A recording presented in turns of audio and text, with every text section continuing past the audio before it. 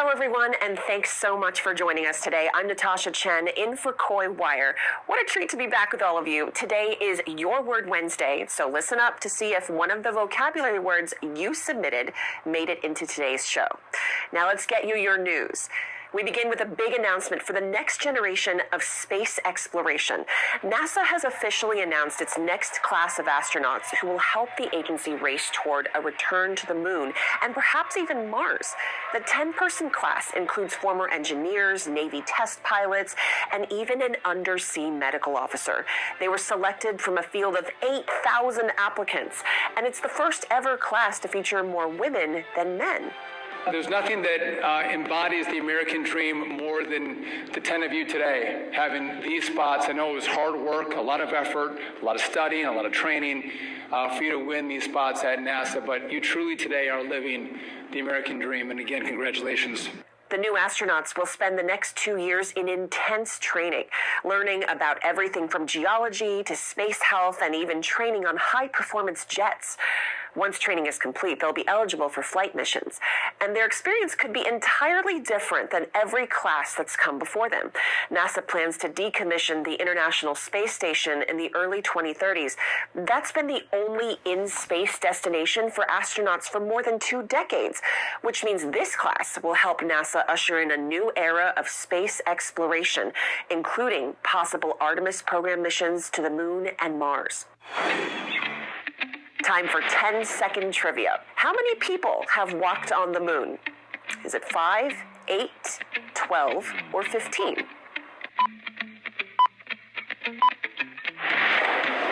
If you said 12, you're out of this world. All 12 people who have ever walked on the moon were American astronauts.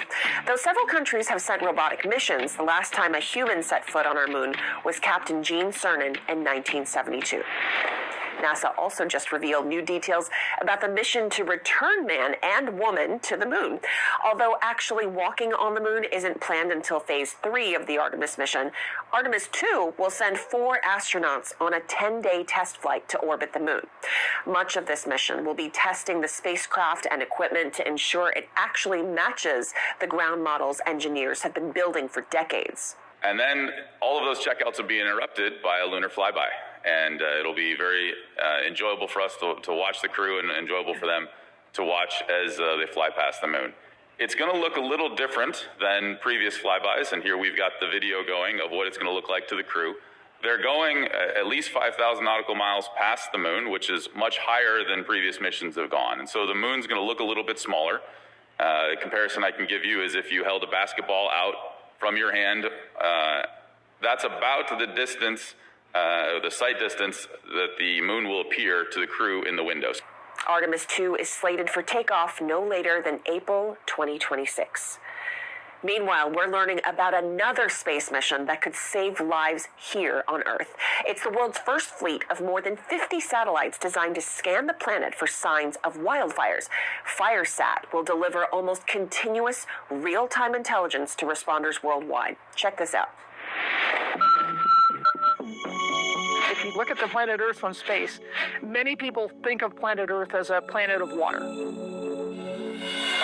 But the Earth is also a planet of fire. And for the people on this block, their lives now are forever changed.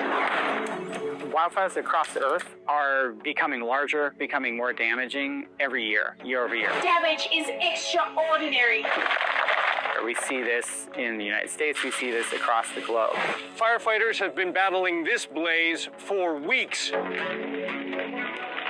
Fires are dynamic, they move fast, they have different intensities, and we didn't have a way to track a fire as it moved across a large landscape.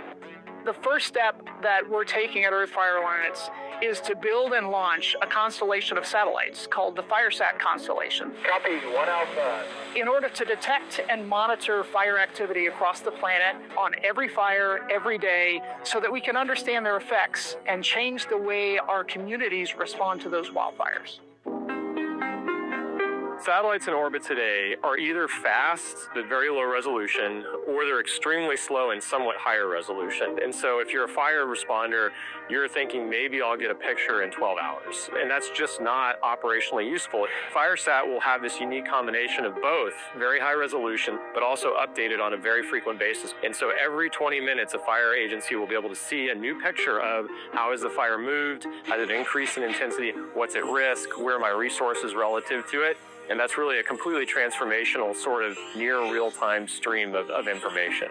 We're going to be monitoring the entire surface of the Earth for wildfires to be able to inform responders and the public. That is a huge amount of data. And so you simply cannot have a human going through and looking at all of that data. That's infeasible. It won't work. So that's where AI is critically important. Take this massive amount of observations that we'll be taking from these satellites, process it, distill that down into the decision-making information experts in the field, wildfire professionals can use to do their jobs better and safer. Detect fires earlier and be able to respond to them quickly.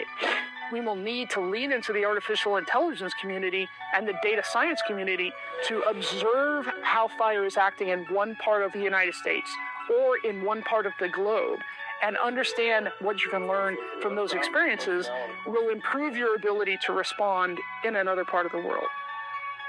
It will help the scientific community advance our understanding of fire science, of the ecosystem impacts, of greenhouse gas emissions from wildfires. The mission is to eventually be providing a comprehensive global census of every fire on the surface of the Earth. That is a level of insight and information that has just not been possible before, that's going to be enabled by this system. Now to an update on that powerful storm we told you about yesterday. Millions of people in Hong Kong and the southern Chinese mainland are bracing for the arrival of Typhoon Ragasa. Videos coming into CNN showed the enormous waves already flooding parts of Hong Kong. And look at this from the Philippines. Rescuers used a chainsaw to free several fishermen from their boat after the vessel capsized during the storm. Authorities have ordered the closure of schools and businesses across the region as Ragasa heads toward landfall in mainland China. It's bringing winds up to 138 miles per hour. Most passenger flights in and out of the area are delayed until early Thursday. He's more than just the science guy. Bill Nye, the beloved educator, author, and television host, received Hollywood's most coveted honor on Monday, his very own star on the iconic Walk of Fame. In his speech, Nye said he was gobsmacked when he saw the star in person, but his message was more serious. He said supporting science and research is more important than ever. And as been said many times, when you're in love, you want to tell the world. And I love science, I love comedy, I love television, which was invented with science. It's part of why the U.S. has become so influential worldwide. By the way, the word science is even in the Constitution. Article 1, Section 8, Clause 8, the progress of science and useful arts. It's the best idea humans have ever had. Nye began his career as a Boeing engineer, but he eventually quit. His hit 1990s show, Bill Nye, the Science Guy, has won a total of 19 Emmys.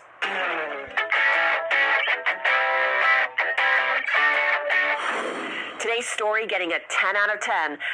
Fucking chavalas.